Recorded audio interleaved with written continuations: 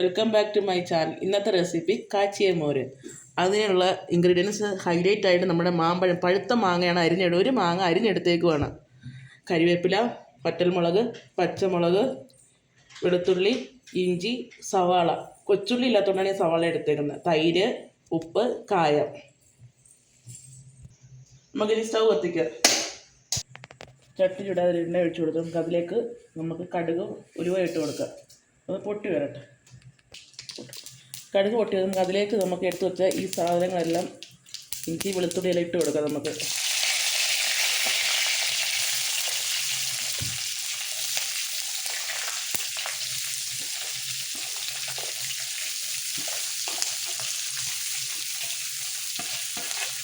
ഇതെല്ലാം നമുക്ക് നല്ലതായിട്ടൊന്ന് വഴറ്റിയെടുക്കാം. ഒന്ന് വാടി വന്നിട്ടുണ്ട്. നമുക്ക് അതിലേക്ക് നമ്മുടെ മാങ്ങ ഇട്ട് കൊടുക്കാം. അത് നല്ലതായിട്ടൊന്ന് വഴന്ന് വേണം, ഉടയാതെ കുറച്ച് ഒന്ന് ഉടഞ്ഞ് വരുന്ന രീതിയിൽ കഴിക്കുക.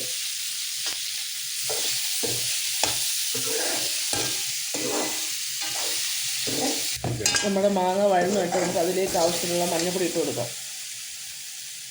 ഇതിലേക്ക് നമുക്ക് എടുത്ത് വെച്ച കട്ട തൈര് ചെറിയ രീതിയിൽ ഉടച്ച് ഒഴിച്ചു കൊടുക്കാം. ഉടച്ച് തൈര് ഒഴിച്ചു കൊടുക്കുക. ഇനി നമുക്ക് നന്നായിട്ട് ഇളക്കി കൊടുക്കാം. നമുക്ക് തീ ഓഫ് ചെയ്യാം. നമുക്ക് അതിലേക്ക് ആവശ്യത്തിനായി ഉപ്പ് ഞാൻ നേരത്തെ ഇച്ചിട്ടിട്ടുണ്ട്.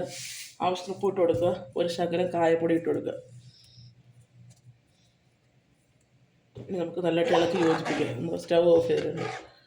നമ്മുടെ ടേസ്റ്റിയായ നമ്മുടെ കാച്ചിയ മോര് റെഡി ആയിട്ടുണ്ട്. എൻ്റെ ചാനൽ ഇഷ്ടപ്പെട്ട ഷെയർ ചെയ്യുക, ലൈക്ക് ചെയ്യുക. Thank you.